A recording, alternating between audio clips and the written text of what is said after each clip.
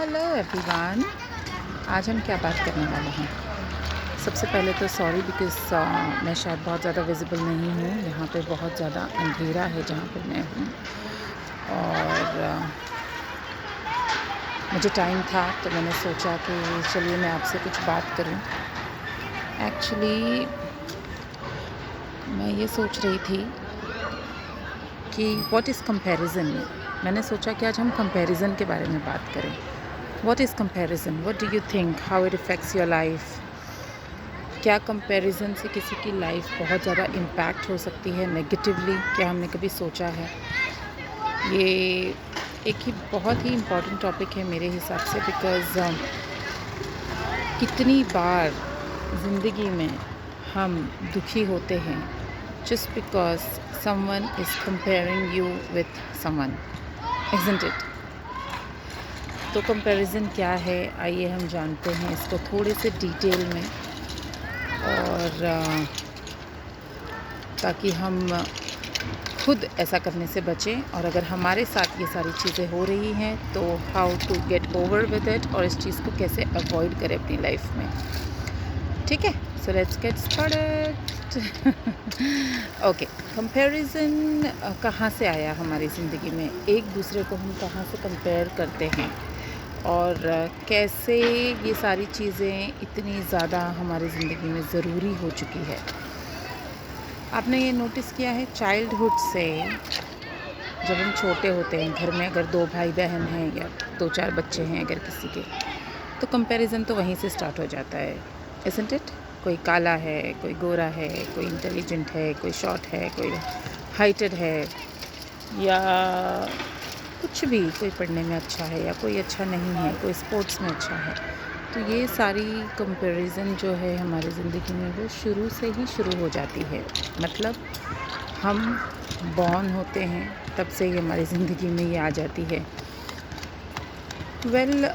जब एक छोटा बच्चा है उसे भी अगर अपने भाई बहन से कंपेयर किया जाता है, ठीक है, तो जिसके बारे में हम अच्छी बातें कर रहे हैं वो तो मोटिवेट हो रहा है, बट जिसको हम कंपेयर कर रहे हैं हमने कभी सोचा है उसके दिमाग पे इस चीज़ का क्या असर होता है?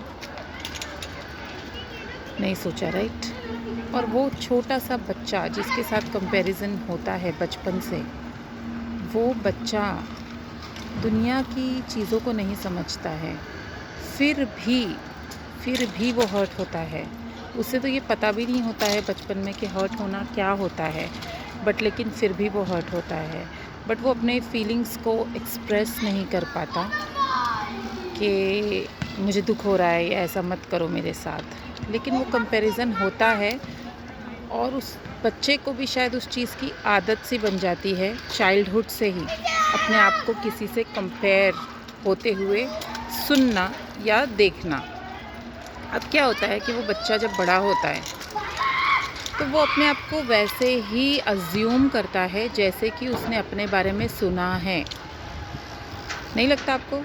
कितनी बार हम आधी से ज़्यादा ज़िंदगी बिता देते हैं और उसके बाद हमें समझ आती है चीज़ें कि यार ये चीज़ तो मुझे पता ही नहीं था अपने खुद के बारे में। काश अगर ये चीज़ मुझे पहले पता होता या पहले पता लग जाती तो मैंने काफ़ी कुछ इम्प्रूव कर लिया होता और काफ़ी कुछ आगे बढ़ गई होती अपनी ज़िंदगी में। लेकिन हमारे सोसाइटी में पेरेंट्स का सबसे ज़्यादा इम्पॉर्टेंट रोल है ऑब्वियसली, बिकॉज़ पेरेंट्स ही हैं जो अपने बच्चों को बचपन से ऑब्ज़र्व करते हैं, आइडेंटिफ़ाई करते हैं।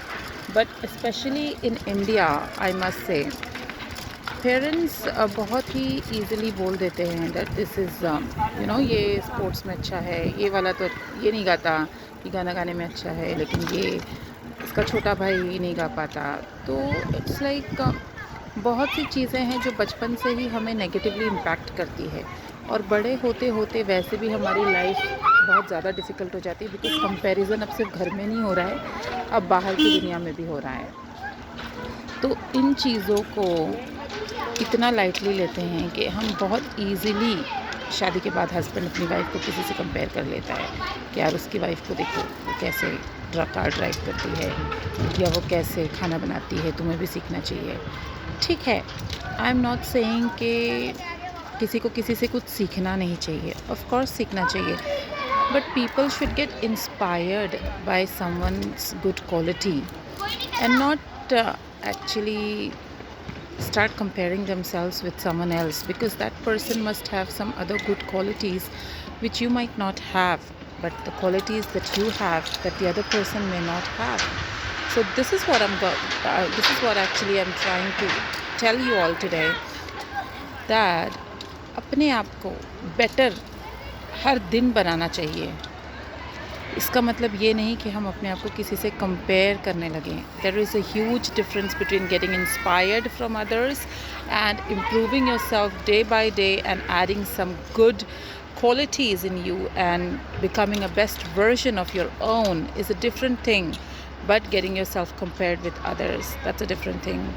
So मुझे ऐसा लगता है कि कंपैरिजन हमें नहीं करना चाहिए, बिकॉज अगर हम करते हैं तो आसपास के लोगों को डायरेक्टली या इनडायरेक्टली हर्ट कर देते हैं, जो शायद वो आपको ना बता पाए, but that person is really getting hurt big time.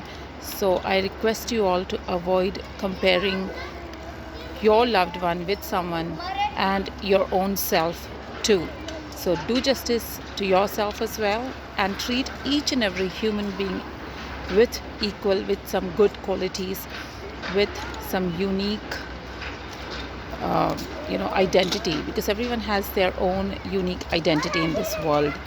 So उनकी जो भी खूबियाँ हैं उसके ऊपर हमें ध्यान देना चाहिए, और बस लोगों को मोटिवेट कीजिए. आपके आसपास जो भी लोग हैं उन्हें उनकी गुड क्वालिटीज़ से मोटिवेट कीजिए, और उनकी बैड क्वालिटीज़ अगर आपको कोई नज़र आती है जो आपको ऐसा लगता है कि इसे सुधारना चाहिए, तो instead of telling that person in a comparative way, you can put it across in a better way, like you're good in this, but if you can add this quality in you, you will definitely shine in a better way.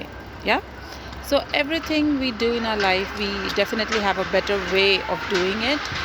So this is a request for all you parents as well, that please do not compare your children with anyone, because आगे उनको वैसे भी ये world में बहुत ज़्यादा अपने आप को प्रूव करना है. So let them enjoy their childhood. Thank you.